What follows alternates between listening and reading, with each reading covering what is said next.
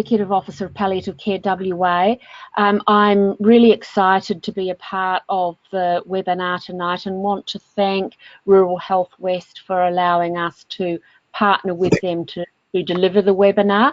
So the purpose of this webinar is to ensure that particularly people, health professionals in regional and rural WA have the opportunity to input into our processes. So we're running 3 forums in Perth over the next few months to allow people the opportunity to pass comment on the recommendations from the Joint Select Committee on End-of-Life Choices. So we have flagged with the Health Minister, Roger Cook, that we are going to share with him the outcome of these forums and this webinar. So we have you have an opportunity to have a direct voice to the Minister. So just following on from what Gemma was saying, I'd really encourage you to record as many thoughts or questions or observations that you would like to tonight, because we will be going through that written information and considering it in terms of our submissions to the Minister. So I'd like to thank Kirsten, Alison and Alyssa for making themselves available tonight. Fabulous to have 3 PAL care physicians to facilitate this webinar. We really want to make it as interactive as possible, so feel free to ask as many questions as you like. All right, so I will now hand over to Alison and Alyssa and Kirsten to do their thing.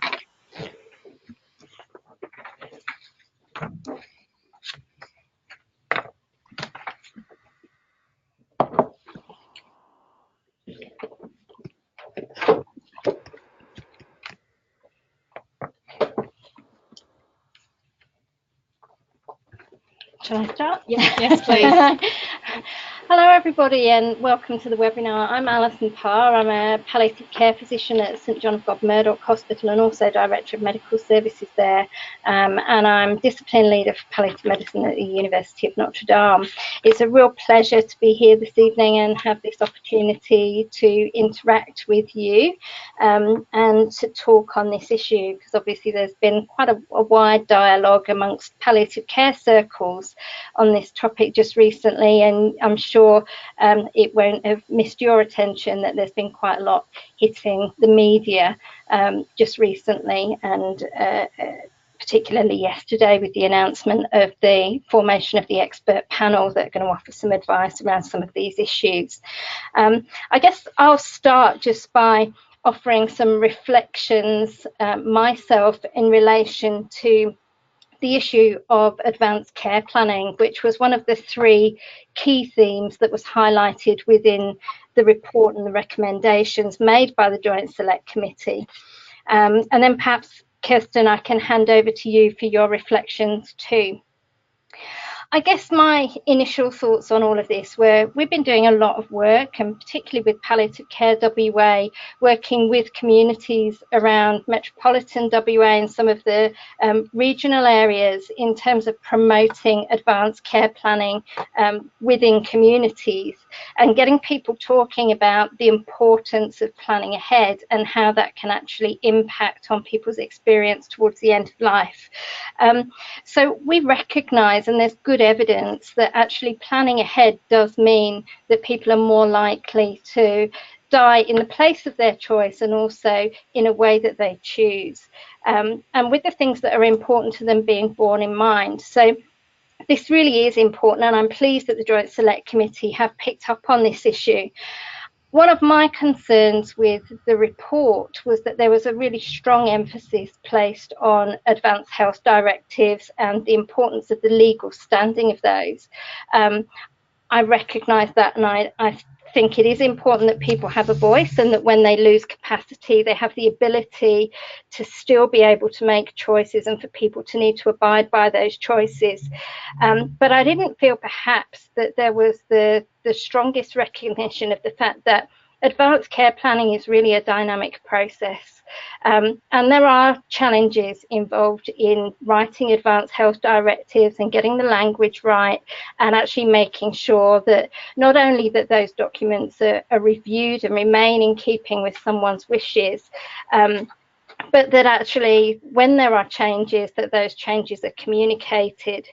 And I guess, you know, we're more likely to have a conversation with people that are close to us in terms of family, carers, professionals, and to be updating our wishes and telling people what becomes important to us as we face the realities of advancing disease, whilst we still have capacity. And there may not always be the opportunity to sit down and formalise a document and get the wording exactly right on that document.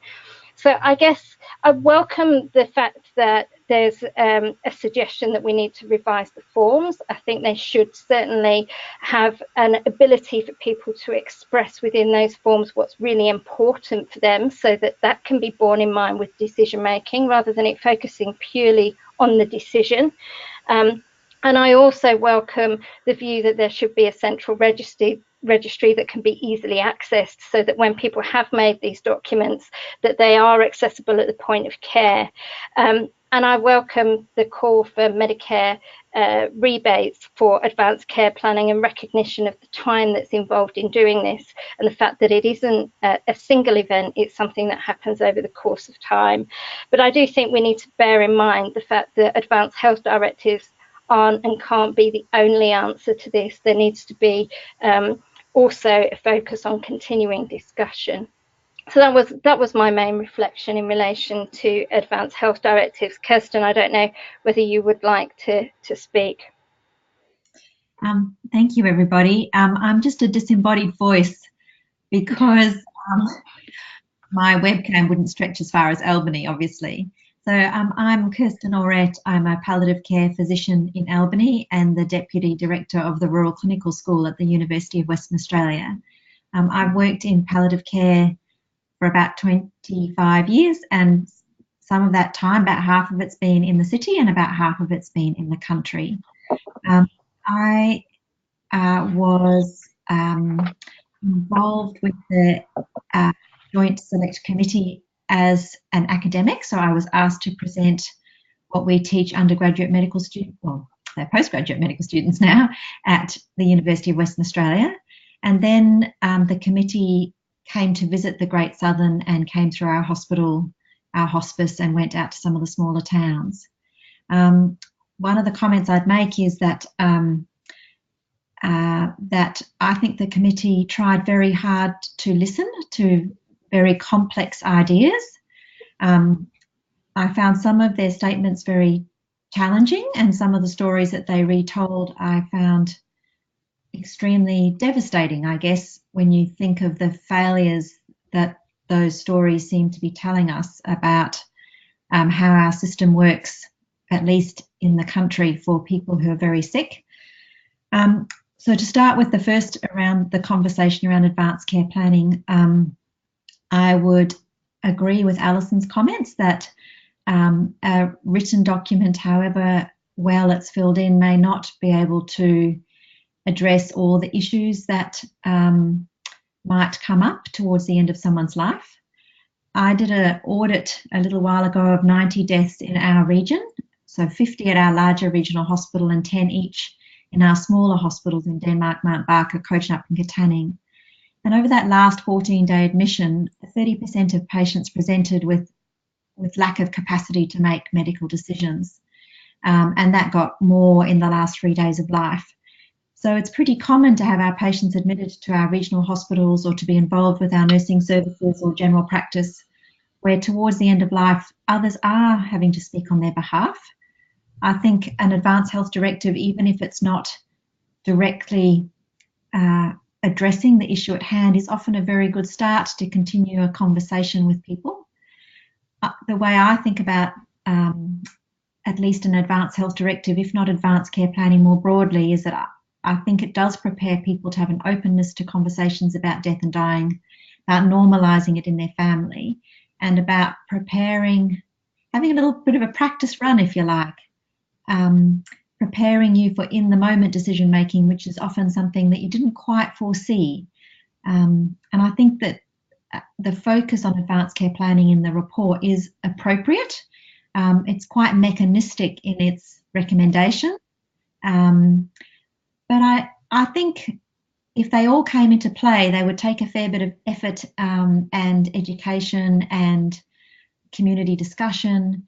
And I think in the end, it will come back to really promoting the conversation. And the more mechanistic work that's being done, I think won't do us any harm, but will still need to be really part of a bigger conversation than just a piece of paper.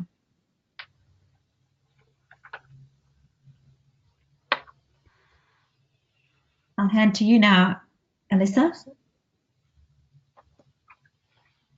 Thank you. I don't really have any more to add than what Kirsten and Alison have already said, so it'd be great if we could get some questions from the audience just into the chat box.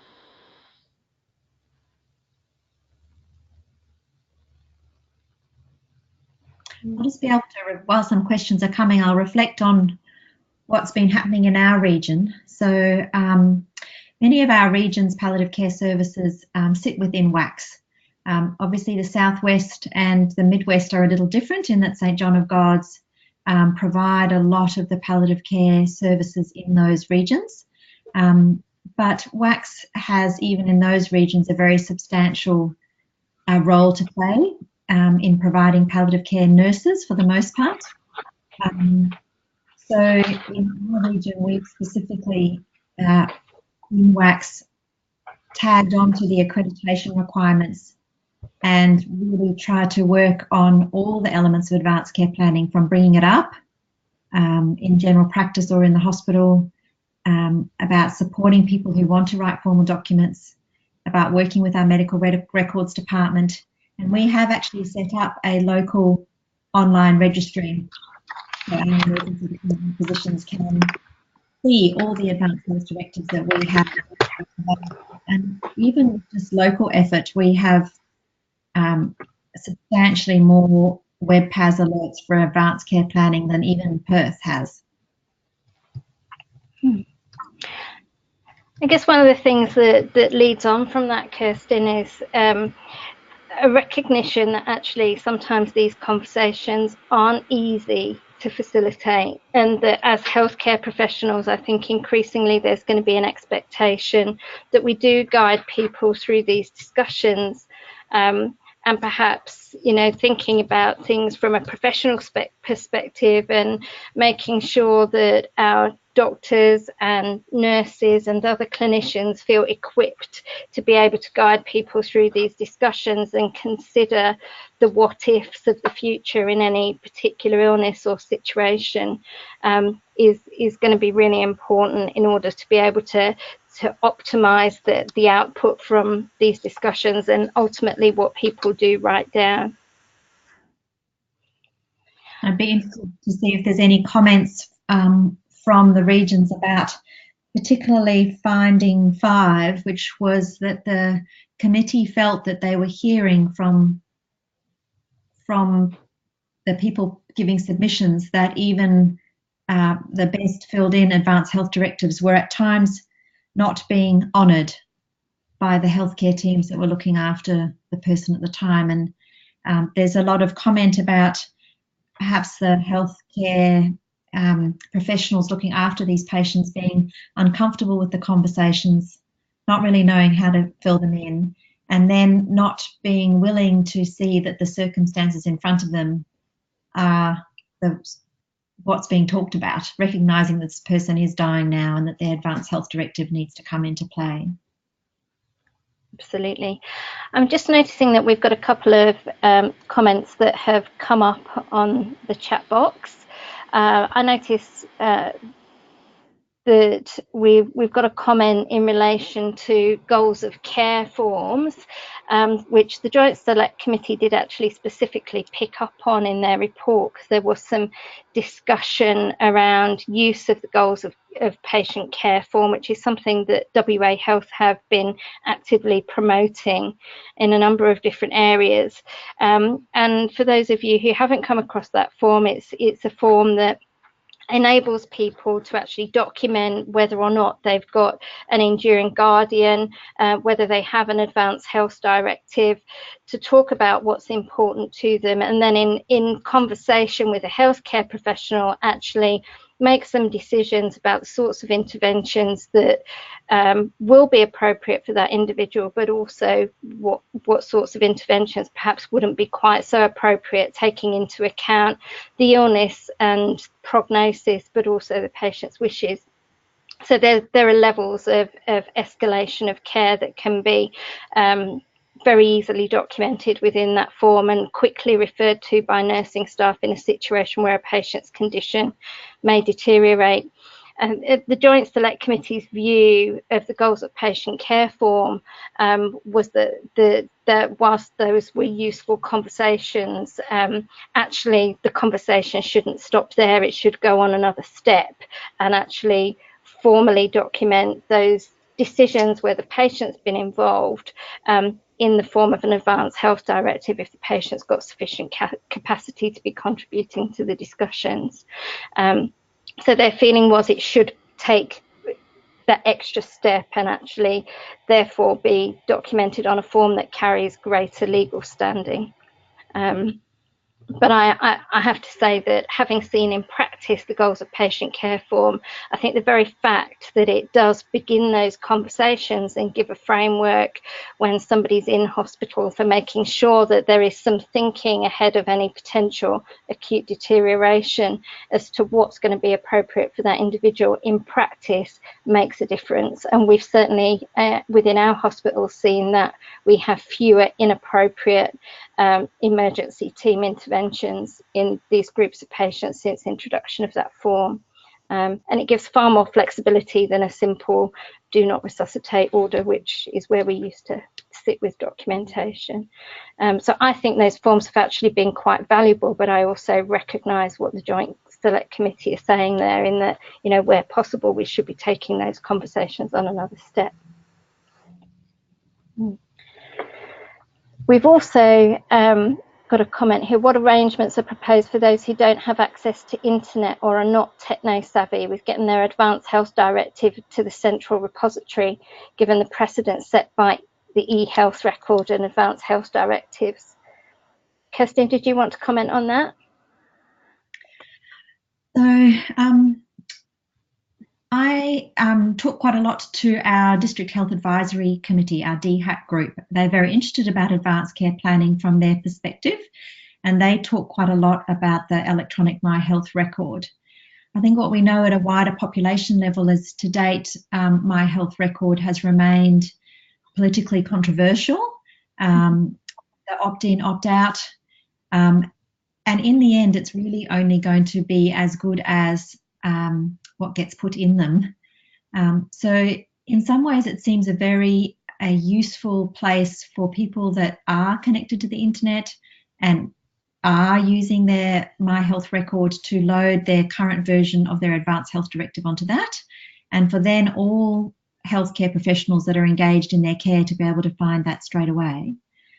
I think of My Health record as quite a massive social change, quite a lot like even advanced care planning is a significant social change.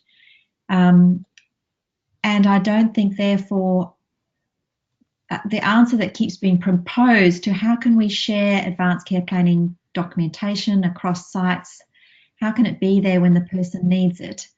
I think in the short term, the simplistic answer is, oh, My Health record's going to be the solution. I don't think that will be a quick solution. So the idea that there may need to be some other form of repository or some other way to share documentation across healthcare services may need to be an interim measure.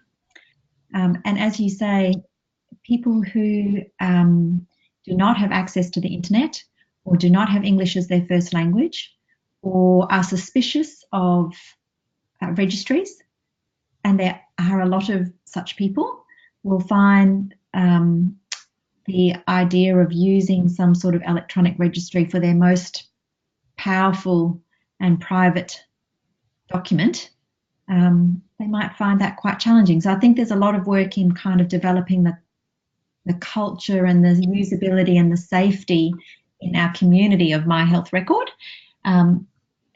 And whether advanced care plans are loaded on it is a small part of that, I think.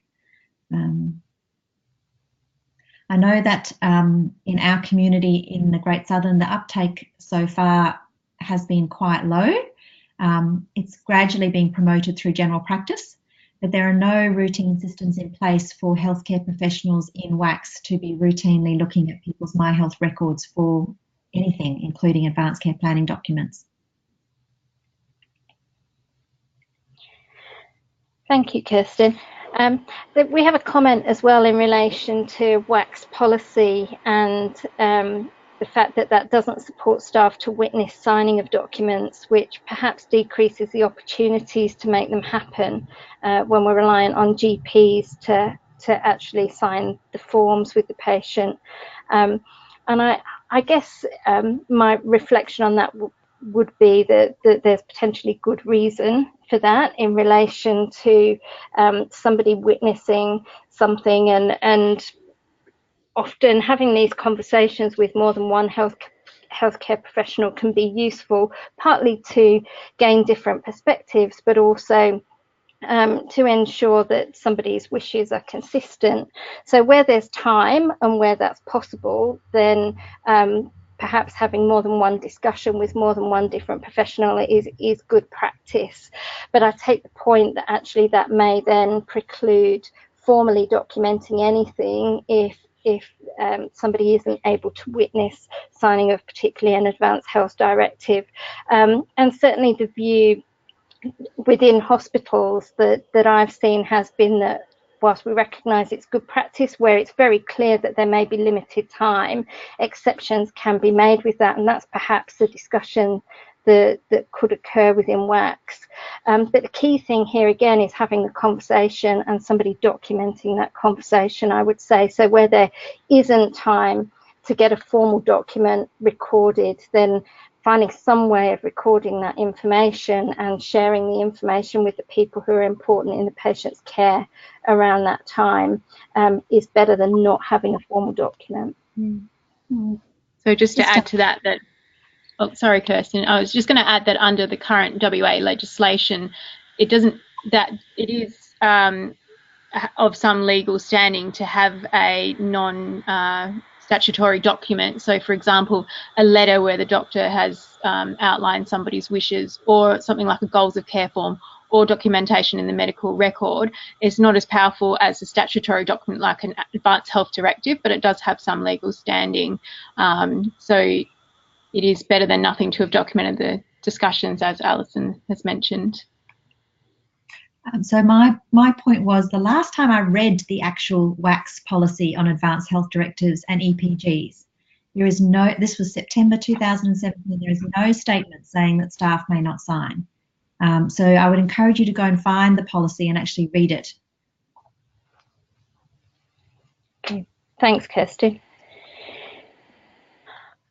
Just reading down what we have here.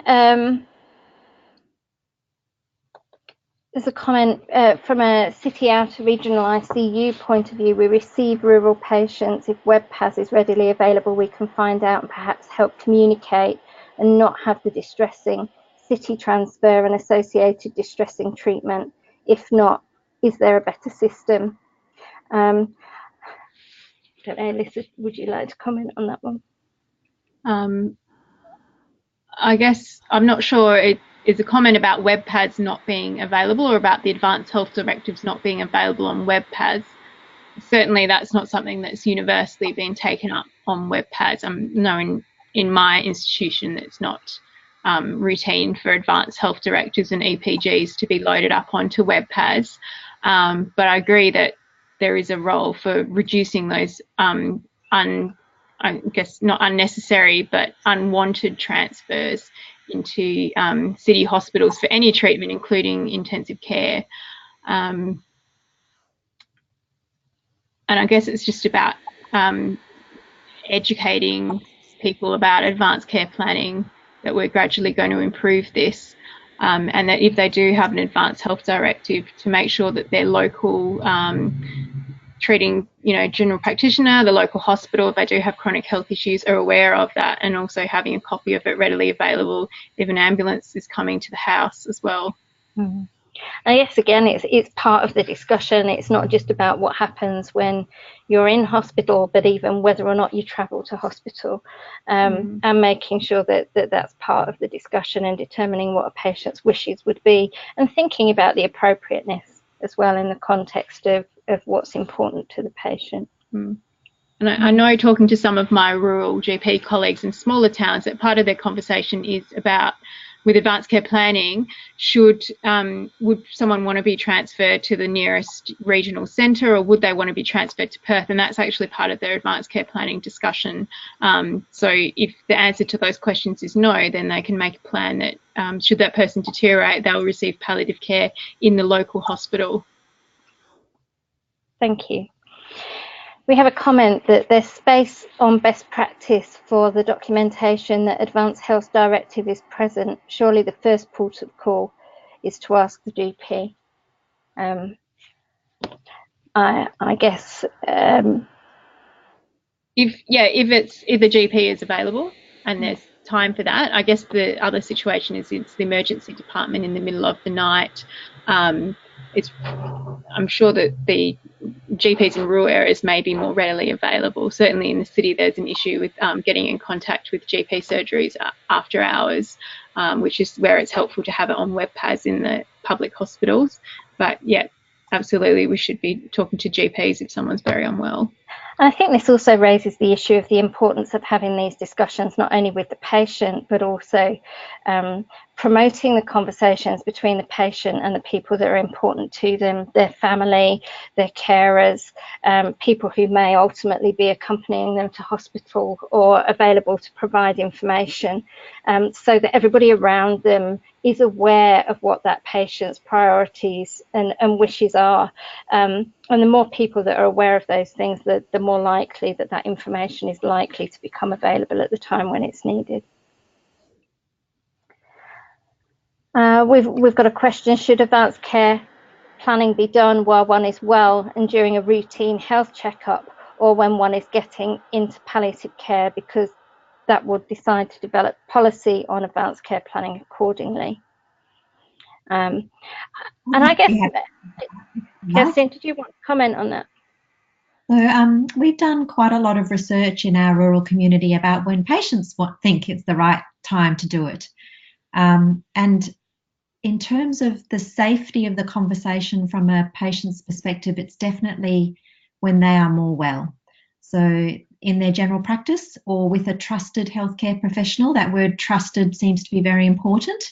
And not in a situation where they are acutely unwell or confused, or with healthcare professionals that they've not had a chance to form an established relationship with. So we've had a number of patients talk about feeling very frightened to sign NFR forms or advanced health directives when they've been transferred, say, from a residential care facility to the hospital, when they don't know the doctors and they're not sure exactly what they're being asked to sign because of the lack of trust in that space. So it's very much, patients say they would prefer to do it when they are more well. I think, however, the kinds of advanced health directives we do when we're more well vary. So the very well, like perhaps all of us listening to this webinar, tend to do advanced health directives that might be very much focused on catastrophic situations where we have definite lines in the sand, or we might have specific formed beliefs about certain interventions that we would know would be not consistent with our own value system. For those that have a chronic illness, they have a much more lived experience of the illness. They're starting to really understand what shortness of breath might mean, or chest pain, or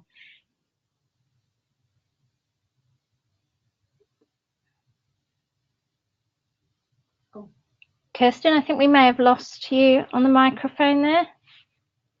Are you with us? No, we seem to have a technical hitch.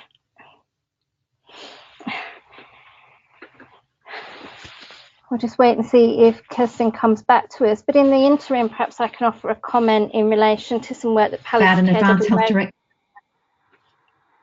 Sorry, Kirsten, we lost you there for a minute or two. You may want to recap. Where did you get to?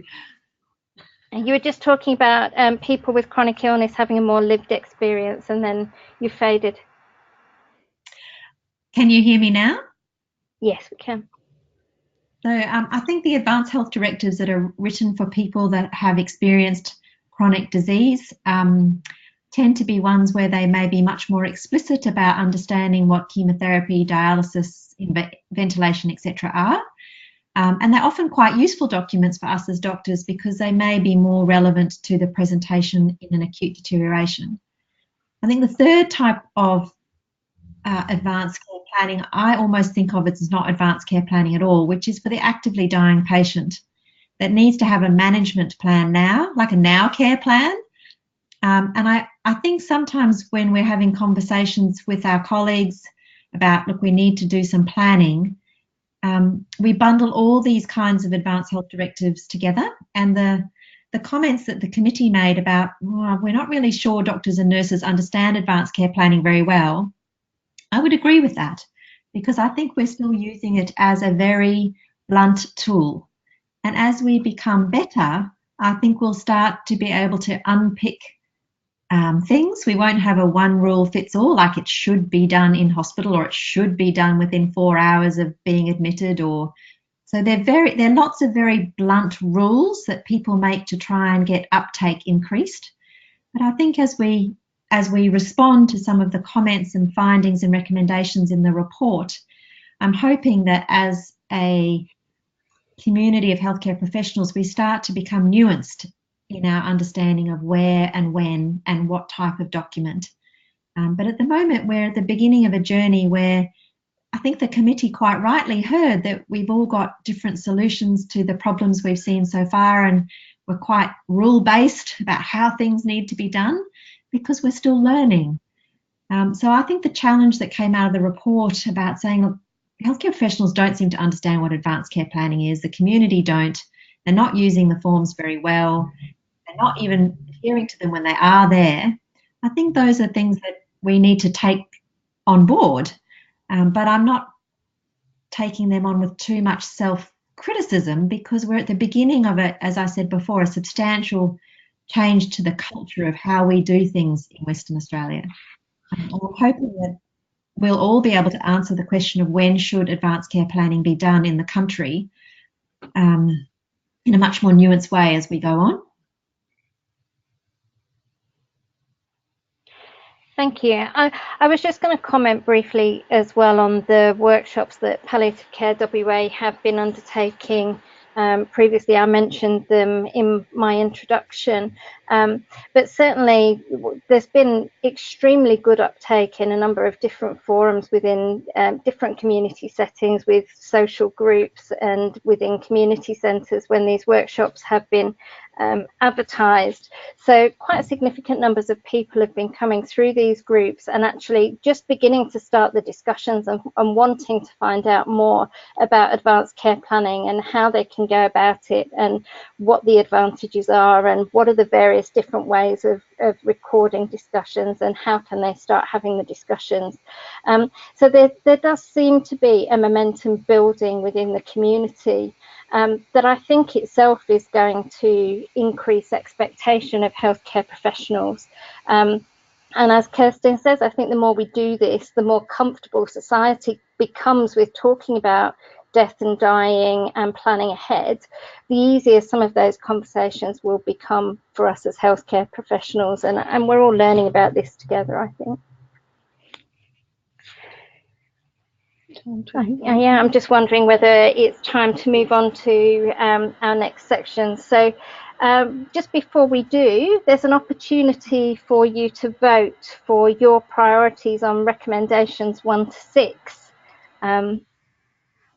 Gemma, is that just through the same forum in terms of entering on the... We have a poll.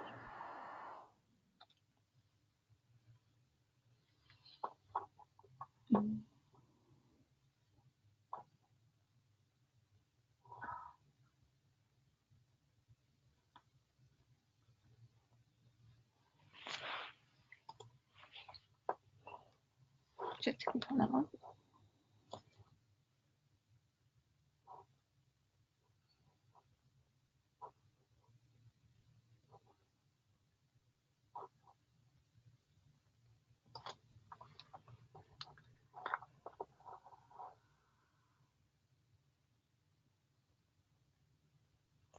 Is in progress, and they should be seeing it. So you should be seeing an opportunity to contribute to a poll. If not, you can type the number of the recommendations, perhaps your top 2, within the box. We are beginning to get some submissions.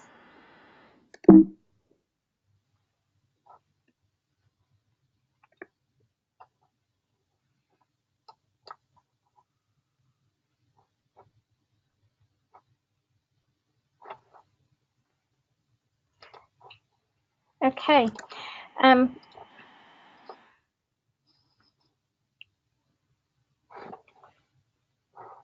we leave the poll active while we move on to the next section? So we'll leave that poll active. You're welcome to continue to vote on your top priorities in relation to advanced care planning. We'll move on to the next section where we want to pick up on the theme of palliative care services within the report. Kirsten, did you want to start with your reflections on this one? So from a rural and regional perspective, I think there were some quite strong comments made about limited access to palliative care specialists in regional Western Australia and limited medical oversight, coordination and governance in medical palliative care services across WACS, and a recommendation that the Minister for Health should prioritise policy development and improve governance structures for the delivery of palliative care by WA Country Health Services, and should ensure that regional palliative care be adequately funded to meet demand. I have to say, as someone working on the ground, that's just all no-brainer to me, and they will definitely be my votes. I think the difficulty for us is that we have 2 very strong findings and 2 strong recommendations in the bulk of quite a number of recommendations about funding and models that are quite metropolitan-centric, where the bulk of our population live. Some of the comments, I think, were distractors, or some of their findings and recommendations. So, for example, WA Health doesn't need to create a definition for palliative care. You know, I'm sorry, but that's just ridiculous. That's what the World Health Organization and a number of kind of worldwide bodies did a long, long time ago. Perhaps what the committee really needs to say is that we need to work much harder on helping our colleagues in the community understand what palliative care is and how to talk about it, and to think about it as part of a continuum of care leading up towards the end of someone's life, but not just end-of-life care. And I think some of the comments around that are a real challenge to us in rural and regional communities about including our generalist colleagues. There is never going to be a palliative care specialist, nurse or doctor available for everyone in the regions, but perhaps we can build models where there is a palliative care specialist or nurse available to every doctor or nurse in the regions, and that those generalist doctors and nurses feel really comfortable doing the bulk of the palliative care, and have really great access to fantastically supportive colleagues for the more complex, or to debrief or to troubleshoot, and that those supportive relationships include a lot of ongoing relationship building about what is palliative care, what sort of patients are appropriate, when are the transitions in care.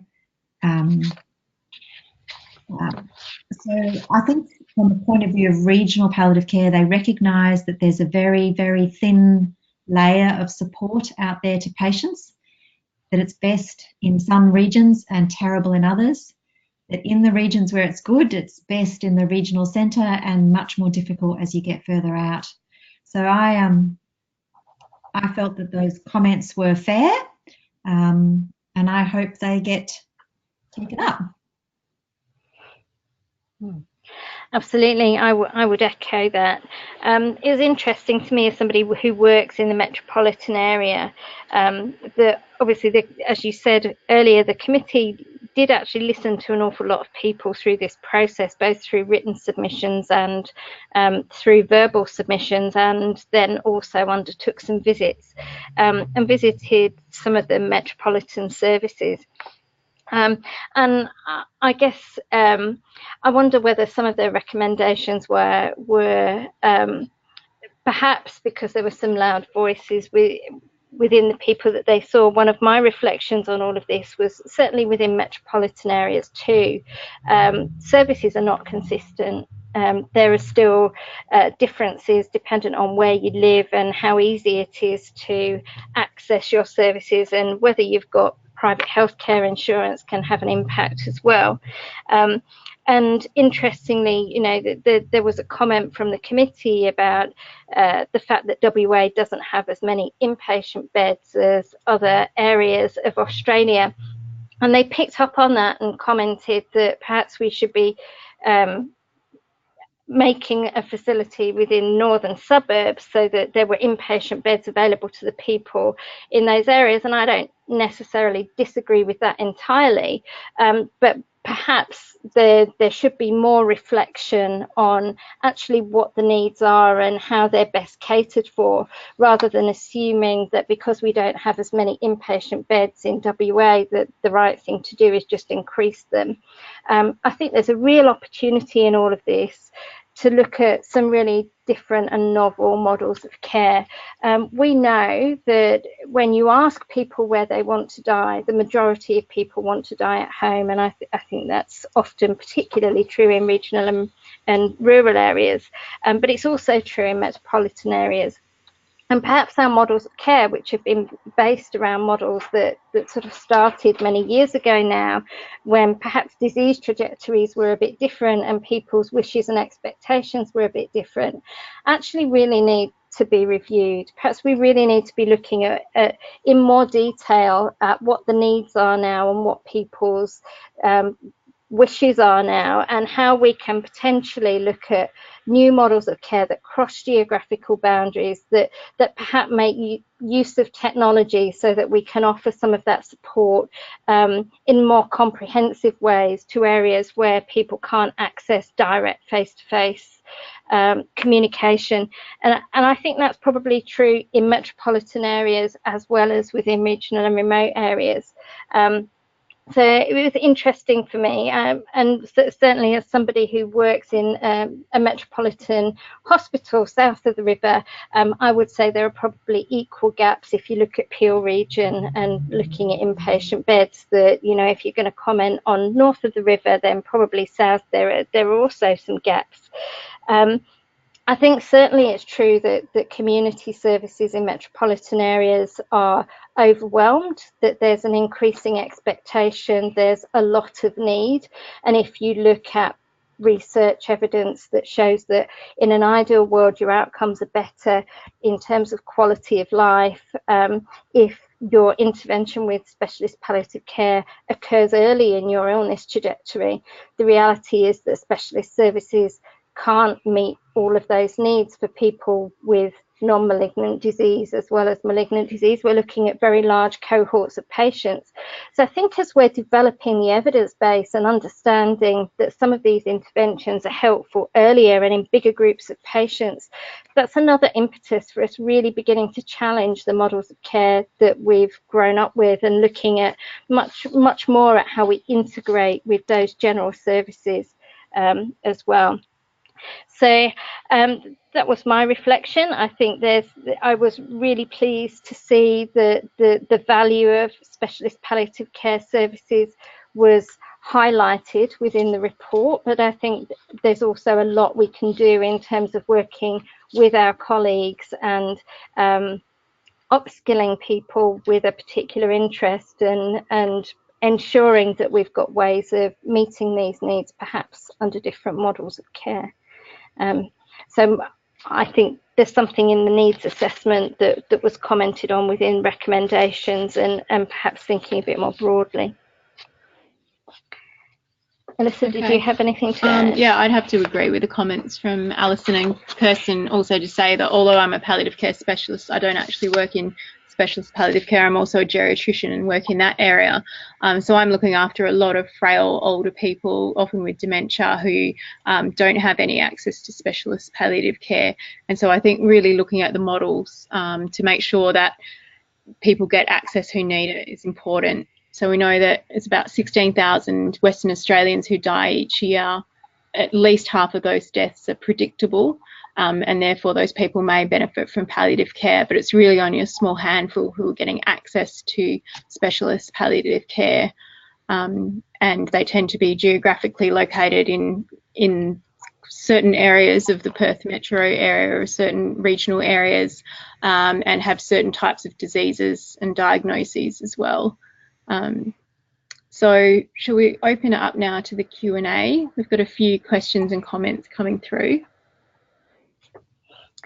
Yeah, we've got a comment here in terms of perhaps the people who have experience and comfort working in general practice in palliative care, but find it difficult to get accredited training to upskill in palliative care, and perhaps even develop more specialist skills.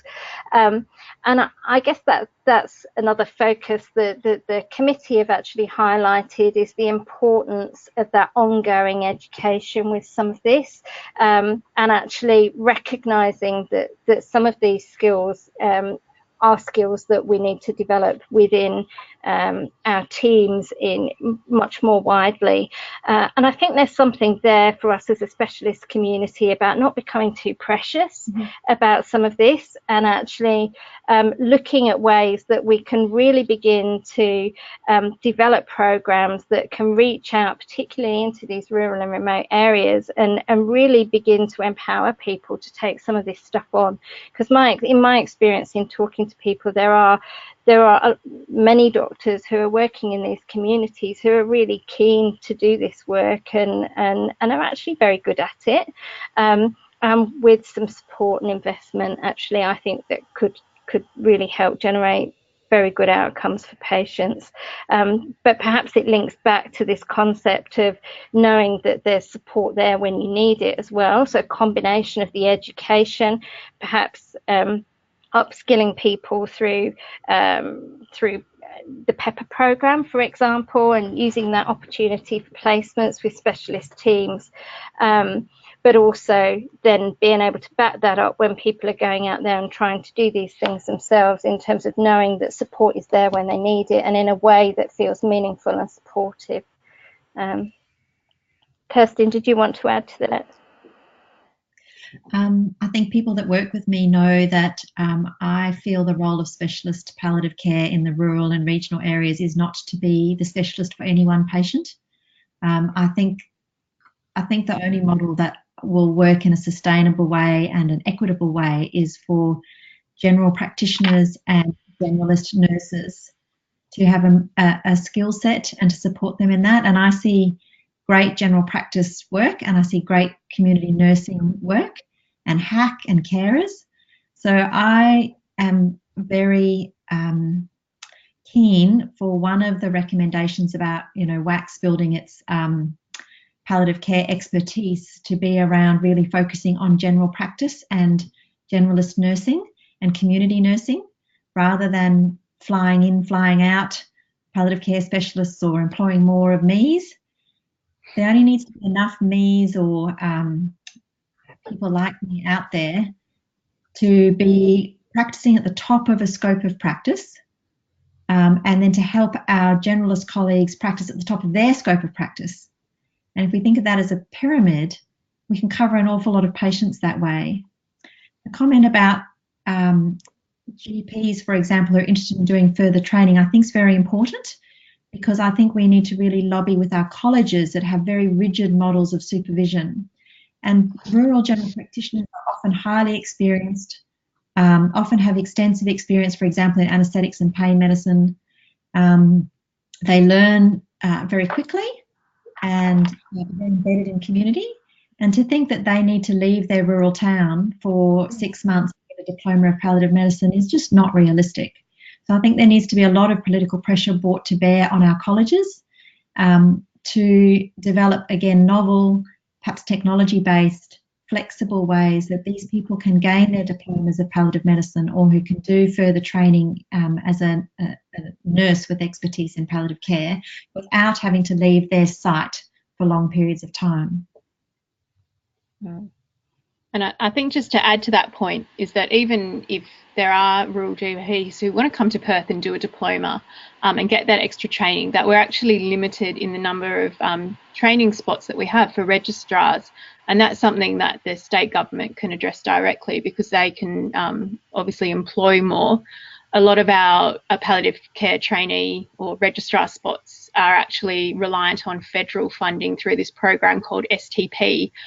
So I think that that's something that we could lobby the state government on, because we know every year there are a bunch of general practitioners and doctors from other specialties like emergency medicine who want to do more training in palliative care but don't get a job because there aren't enough registrar jobs to go around. And that's obviously a bigger issue, is, like Kirsten said, getting those sorts of training positions available outside of Perth. Thank you. Move on. There's a comment here around perhaps the use of a compassionate communities approach, needing to move from a medical model to primary and public health models supported by specialist resources. And this is another interesting concept that, again, there's been a lot of discussion about at Palliative Care WA, and a lot of interest in terms of how we can begin to promote the compassionate communities models. And Kirsten, I know you've been doing some work down in the south. Did you want to chat about what's been happening in relation to compassionate communities? Yes, absolutely. So I guess finishing off my pyramid, if the community is operating at the top of their scope of practice as well. So there's a very interesting report that came out a little while ago that showed for people who did die at home, they had around, on average, 16 people around them to help that process of care and to share the load.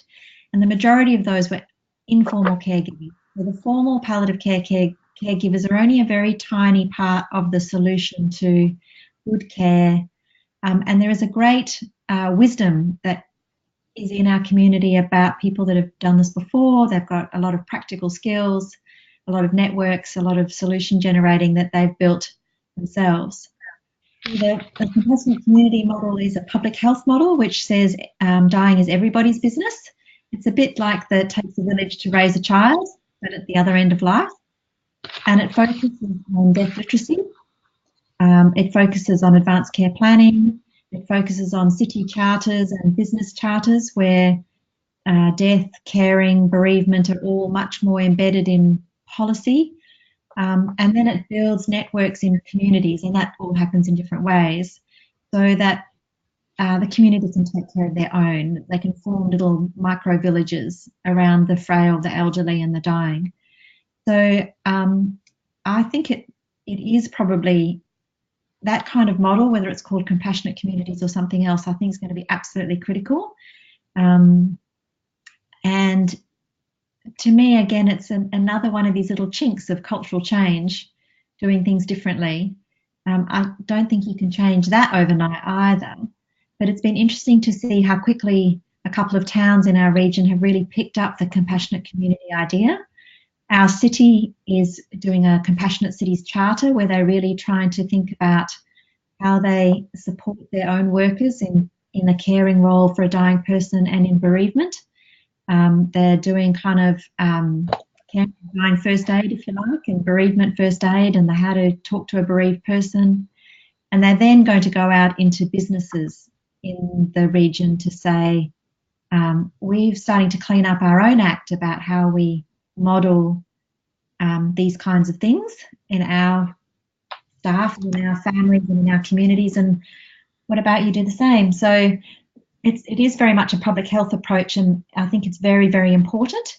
And it still requires expertise, but it empowers the people that are around them. I think the other thing I wanted just to talk about in terms of what do people need in the regions, I think I've very clearly given my message that skilled generalists I think is really important. I think my other message is around just the practical stuff, getting HAC support, getting onto community packages. A 12-month wait in Rocky Gully to get on a package when your prognosis is 3 months means you cannot stay at home, or your family are exhausted. Overnight care or respite, some sort of 24/7 home visiting nurse that doesn't even need to be a palliative care nurse, a generalist nurse. I think that the issues of HAC, overnight respite, and 24/7 nursing availability will make a huge difference to offering good quality palliative care in the regions. I agree. I think, you know, in metropolitan areas too, we struggle with identifying those packages in time for them to make a real difference to the well-being of patients and carers and keeping people where they want to be. And for me, that was a gap in the report, and perhaps a bit of a missed opportunity, which is regrettable. I do wonder if perhaps that's because, like, home care packages, and now HAC's been replaced by Commonwealth home support packages as well. It's a federal government issue, not state government, so they may have thought it was outside the remit of their report, but it's certainly something that we should be lobbying on, and particularly with the Aged Care Royal Commission coming out, if that does extend into community, because even, you know, in the western suburbs of Perth, there is a 12-month wait for the level 4 home care package, so it's not unique to the regions. It's a statewide issue that's keeping people from living at home and dying at home, which is what they want. Which I guess raises the concept of compassionate communities as something that has a real significance and importance in terms of trying to maintain people at home as well, and has potential to do that. So perhaps there needs to be a little bit of work in both areas to try and get the best kind of models. We've got a question here in relation to recommendation 18, which relates to terminal sedation, asking for comment in relation to that. So perhaps I can offer some initial thoughts. The recommendation suggests that WA Health should provide specific guidelines on the use of terminal sedation by health professionals for patients at the end of life, and that the guidelines should include agreed name and definition of the treatment, it should be explicit that informed consent has been obtained, and that treatment should be specifically noted in the medical record as terminal sedation. This was an area that the Joint Select Committee were very interested in, as they were trying to unravel the realities of what options people have available to them as they approach the end of life, if symptoms are unable to be controlled, if a patient remains distressed despite all options are available having been explored. And so there was a big terminology, and the reflections of the case suggest that even amongst health professionals, perhaps the terminology used and the understanding of the use of terminal sedation varies. So I think specialist communities, it's a little bit clearer what that means and what we can do within the remit of current law or can't in relation to terminal sedation. We would see this as something that we would use in circumstances where we have explored all other options, where time is short, and where distress is such that inducing sedation for is contribute to a death. And often it's something that we talk about as a team before we discuss it with patients. We always certainly will be discussing with the patient lack capacity. We would certainly discuss it with the patient who had to make that decision, shouldn't be initiating that kind of treatment without that discussion. And we would usually be titrating doses of sedation, so giving doses that are given with the intent of life, but merely to reduce anxiety and distress, and using as many doses as possible to achieve that. There are guidelines out there that there's been work done by ANSAM, which is the Australia-New Zealand specialist in palliative medicine body, which actually suggests that we follow the European guidelines for use of sedation. And so sort of within there's a record that this is the place that should be working within that kind of framework. So I think the guidelines exist, and I'm not sure that the WA Health's time would be well rewriting them when there's been significant concern and the number of experts involved in writing the original guidelines. But I do think there's something here in terms of education. May not be specialists, but who are caring for patients who are distressed at the end of life. Again, it's about knowing how to have that dialogue, knowing how you can use these kind of interventions to alleviate distress for patients. Kirsten, did you want to add anything to that? Or I agree with what you've said, Alice. He was very interested in trying to unpack this.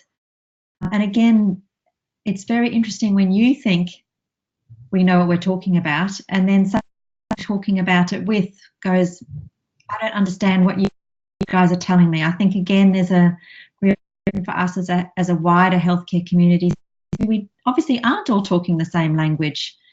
I think the idea of proportionality was something we talked about a lot at the university level. The ethics of terminal sedation was being discussed. They were very in discussions around doctrine of double effect, which is something that I don't know about other people's palliative care teams, but we tend to spend time sweating over doctrine of double effect. We spend a fair bit of time talking about trying to end the suffering and proportionally respond. Terminal sedation comes in when the suffering is felt to be relieved, and that the proportional is sedation. So it was for me that it seemed to be a very kind of outside normal experience conversation, and remembering that most of this Parliamentary Committee are not doctors, and it was clear that as a community of people responding to the committee, we found it hard to explain what we meant in a way that they got. So I agree with the rewrite guidelines. I think in part of that wider kind of issue of, you know, how comfortable are we talking about death and dying? How comfortable are we talking about advanced care? Terminal sedation definitely pushes lots of people, because today I had someone say to me, but isn't that euthanasia?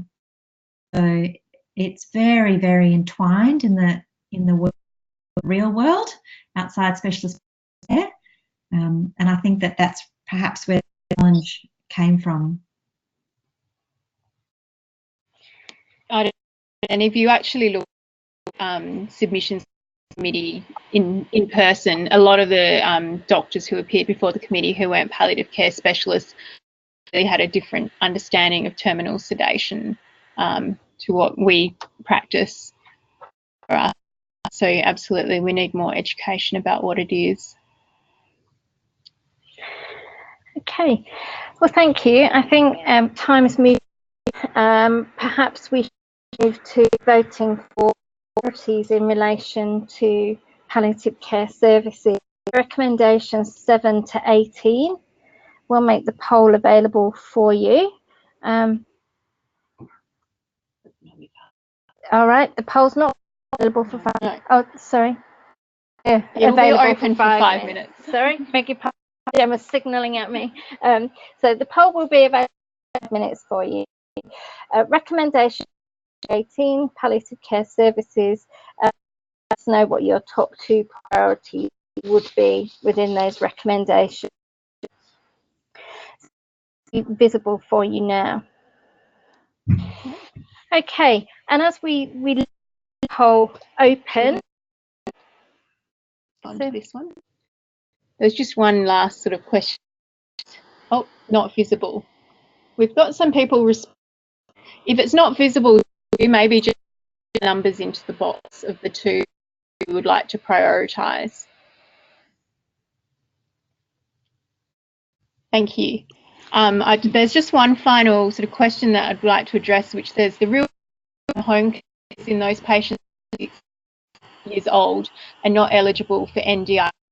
A can only assess these people for residential, permanent and/or respite. Is there any process or activity proposed to bridge this gap? I just want to comment, we're very aware of that big gap, and I think we've all had to care for people under 65 and eventually aged care facilities, which is the appropriate place for them.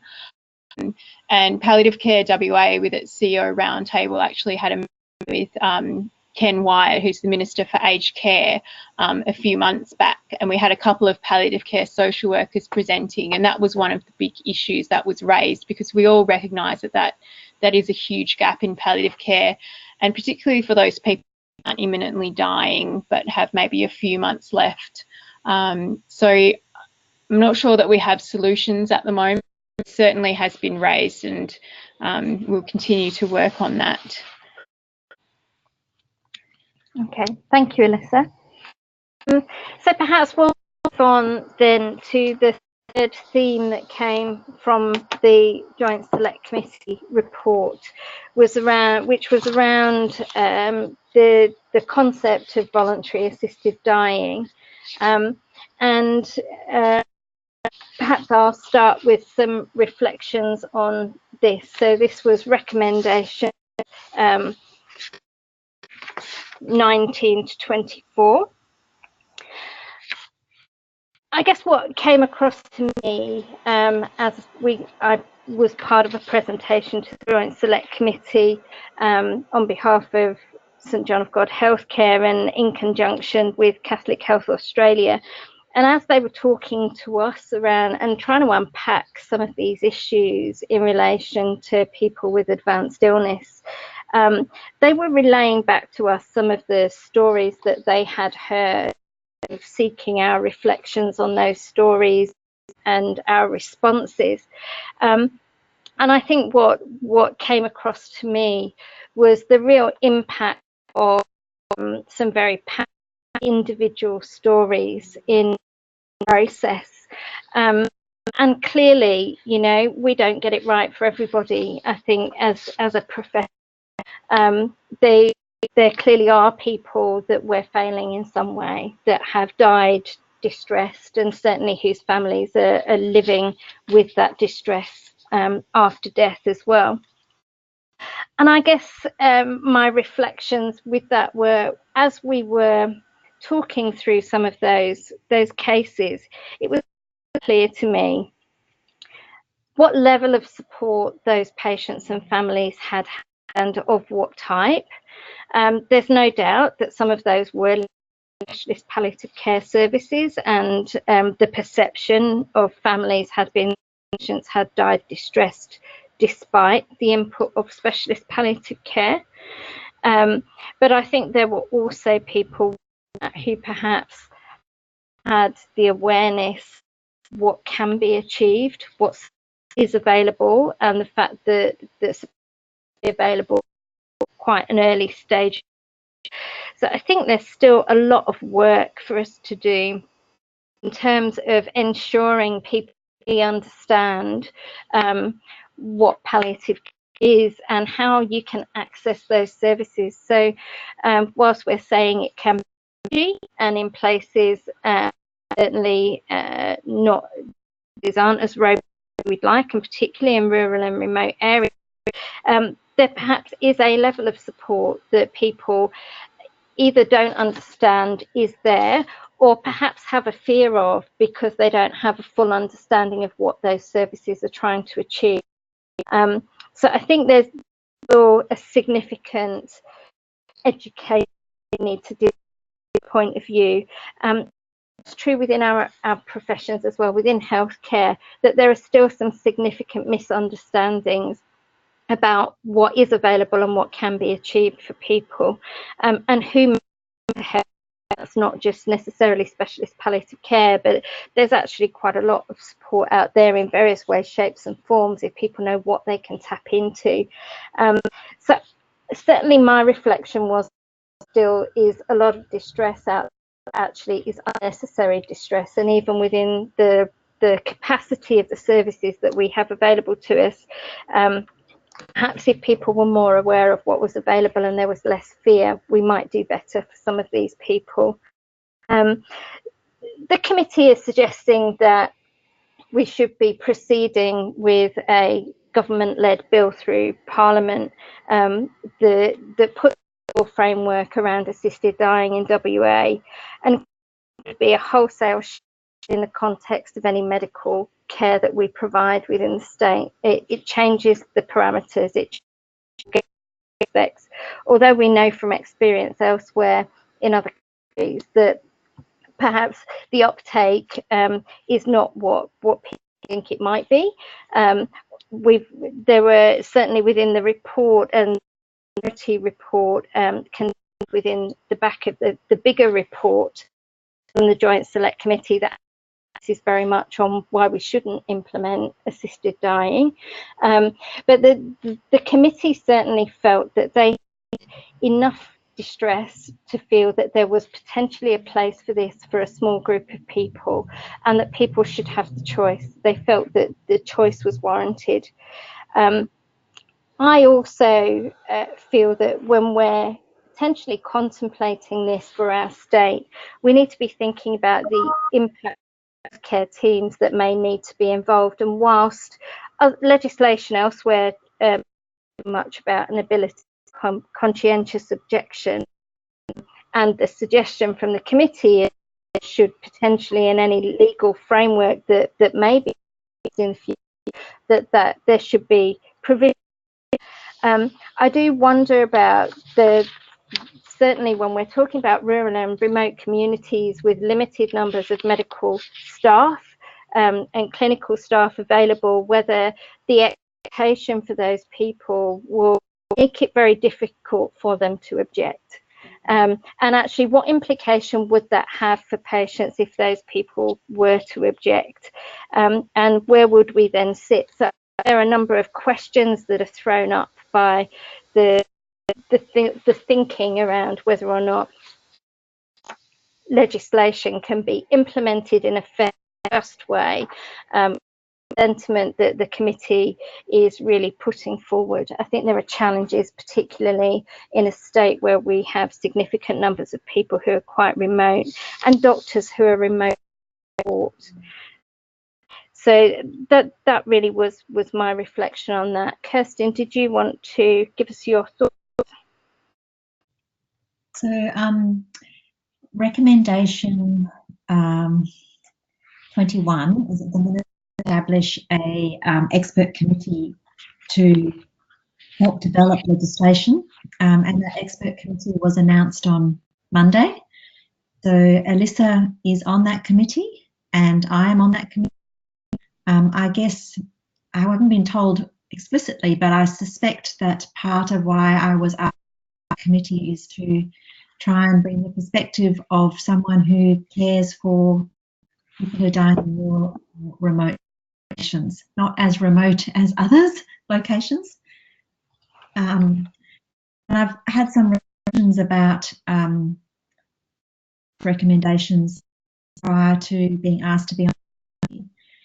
And I guess those reflections are a bit like what Alison has said, in that this is a paradigm shift in the playing field, if you like, and the rules. And I've reflected myself that for working in palliative care for such a long time, for the last 15 years or so, I've not really bothered to explore my own conscience about voluntary assisted dying hasn't been a legal option, and there is so much other moral and ethical decision making that we do every day with our patients that, if you like, it was not mind.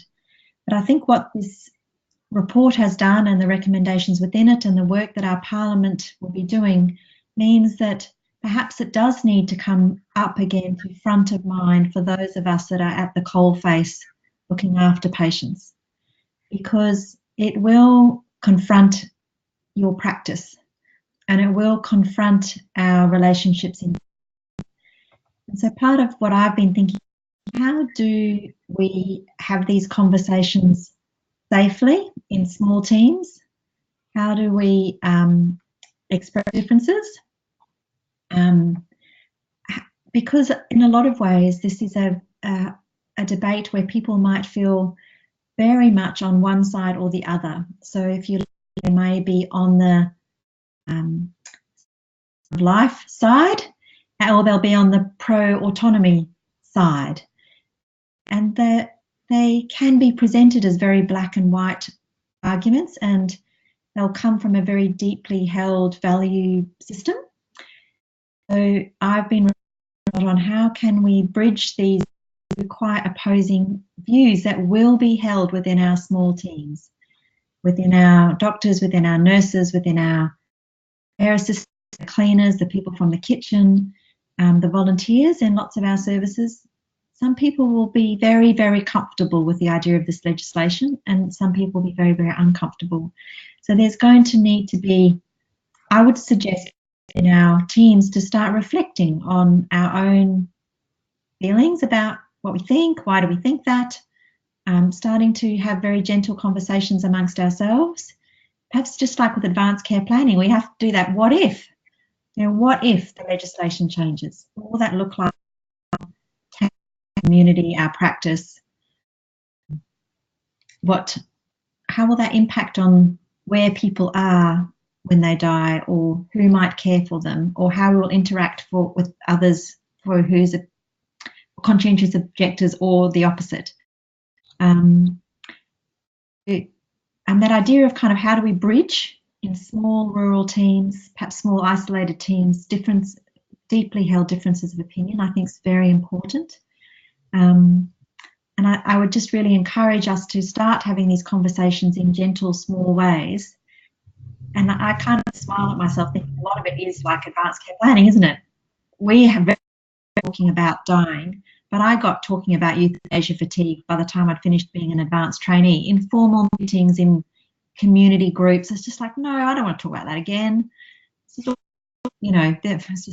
now I think it's time to talk about it again, because I think we have to explore the what if scenario.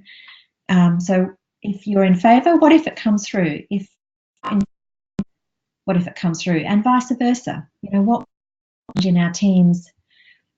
My last comment really is about supporting our parliamentarians. I do believe that this is a very important civic issue, not a medical issue. And I think our parliamentarians have been given a very, very difficult job. And I would hope that we will all feel capable of having a civic conversation and supporting our parliamentarians to make a decision that reflects the wishes of your community. Because I think parliamentarians are generally good people, even though we diss them all the time. And I wouldn't want to be in their shoes, personally, having to stand up on the floor of Parliament one day and the other. And I'm not sure if any of you would want to be. Those are my reflections about beginning the conversations in your own hearts and in your own families, in your teams, and really being willing to express your civic voice with your parliamentarians. Thank you. Alyssa, did you want to add anything at this stage? Thank you for those wise words. I absolutely agree with both Alison and Kirsten, and just wanted to add that from a Palliative Care WA perspective, we know that in jurisdictions where assisted dying has only 1 to 2% of people actually die that way, and there's still a vast majority of people who will never access it, and we must make sure that we've got decent care about people who don't want assisted dying or won't be eligible if it does come in. So I guess when those conversations are happening in your community and with your local MPs, to get too distracted by the assisted aspects and continue to keep asking for better palliative care, whether it's through better training of primary care professionals, better access to packages, better community support, all those things that we've been discussing tonight. That's say on that topic. Thank you. We comment that we've been having these conversations for decades. I've lost count of the number of times I've been addressed by patients actively wishing to be killed. It's an open question and has been for years. I guess my thoughts on that are, yes, it has been an open question and has been for years, and we do talk actively with our patients when they express a desire to at least explore assisted. But I guess the whole context of that conversation changes if legislation changes. And in line with Kirsten, I would encourage people to begin to reflect on actually how would that conversation be different? What would it mean for you as a professional if a patient then, in the context of assisted dying being legal, how would that change your conversation with the patient? Because a lot of the time, certainly from a personal perspective, those conversations for me are about, so tell me why. Why is it you feel that way? What is it that feels dreadful? Or in what circumstances would life feel so dreadful that you would feel that that was the best option? And it really opens up those conversations. Some of those aspects of the conversation are not going to change. But we've got to explore our own comfort with actually, well, some of that conversation will have to change if assisted dying does become an option, and we're exploring potentially whether or not this is something that somebody wants to do for themselves, or whether they want assistance with somebody else administering for them, and how comfortable with that conversation and how would we express it, and somebody who would want to be part of that to support a patient with that journey, or actually are we somebody who would want to then direct them to somebody else? So I guess whilst the conversation has been happening for years, the context changes, the conversation changes, and I think it's time to begin to think about what that would mean. The other thing that I think is misunderstanding from a patient perspective is that certainly I've come across patients who feel as they're entering the terminal phase that they'd like somebody to now. And I'm not aware of legislation anywhere that actually has a process that enables it to happen that quickly. If somebody wishes to have assistance in dying, there's a process to follow. There are assessments, actually time delays in those assessment processes often. So any legislative framework is inevitably going to have delays inherent within it, I would have thought, and therefore actually helping people to understand that even in the context that it may become legal, it still may not be possible for them. It's another potentially challenging conversation. Whilst I think there's debate going to be happening, and I think the expert panel is a really positive way forward, that there's really going to be a good depth of thinking around this, and I'm very reassured to know of the representation that is on that panel. I think, should legislation ultimately be passed, there are inevitably going to be challenges ahead, whichever side of that debate you sit on, or whether you sit very neutrally, there will be challenges. Kirsten, did you want to add any thoughts there? No, nothing further. Okay. Do we have any further questions at all at this stage? If not, we're keen to hear from you as to what messages you'd like us to be sending to the government. So rather than putting a poll in front of you at this point in time to hear what recommendations, really your priorities, in this section we'd really like you to write down to us your messages to the government so that Palliative Care WA can collate those messages and ensure that those are fed into further discussion. So I believe you should now be able to see a which asks that question and gives you the opportunity to provide a comment. Okay. And that's anonymous as well, the comments in that box, so we won't know who's been making them.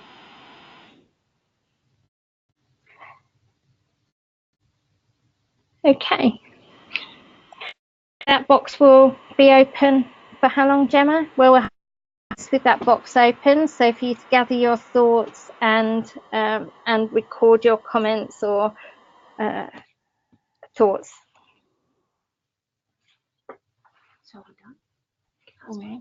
Yeah, and I guess if you don't have any particular comments around the assisted dying recommendations, then please add any comments you have about any of the report and any of the recommendations and any further questions that you might have as well.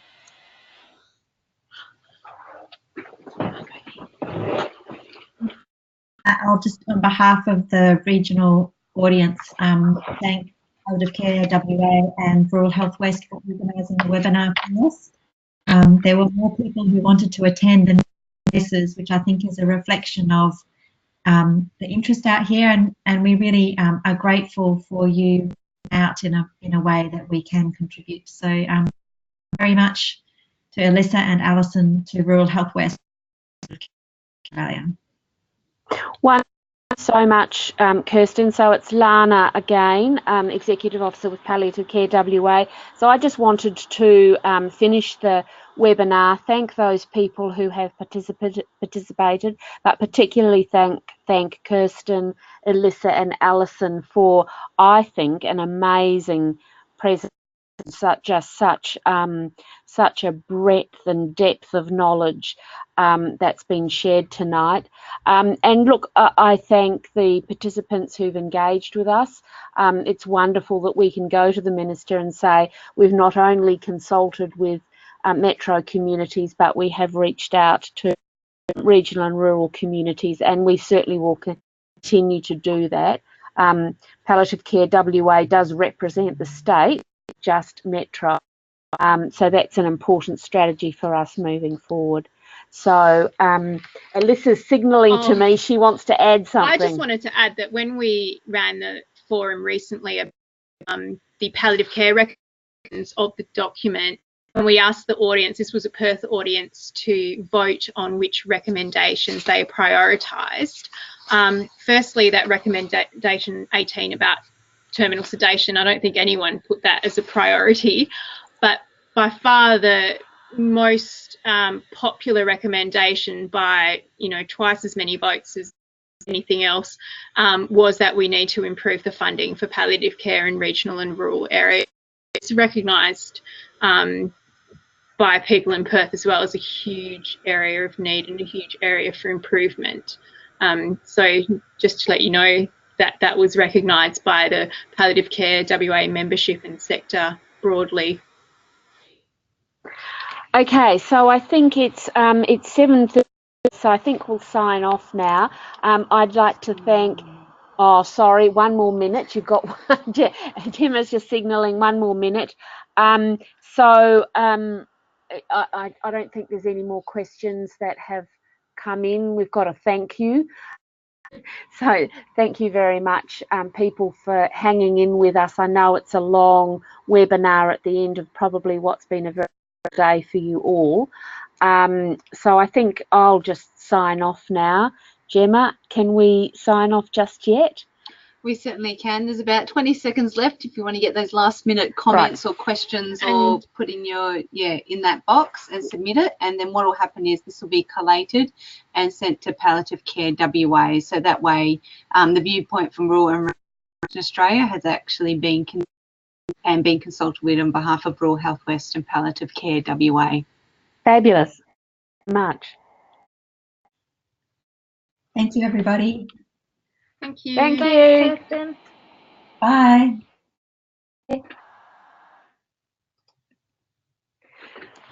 Right, so we've got down to 11. Oh,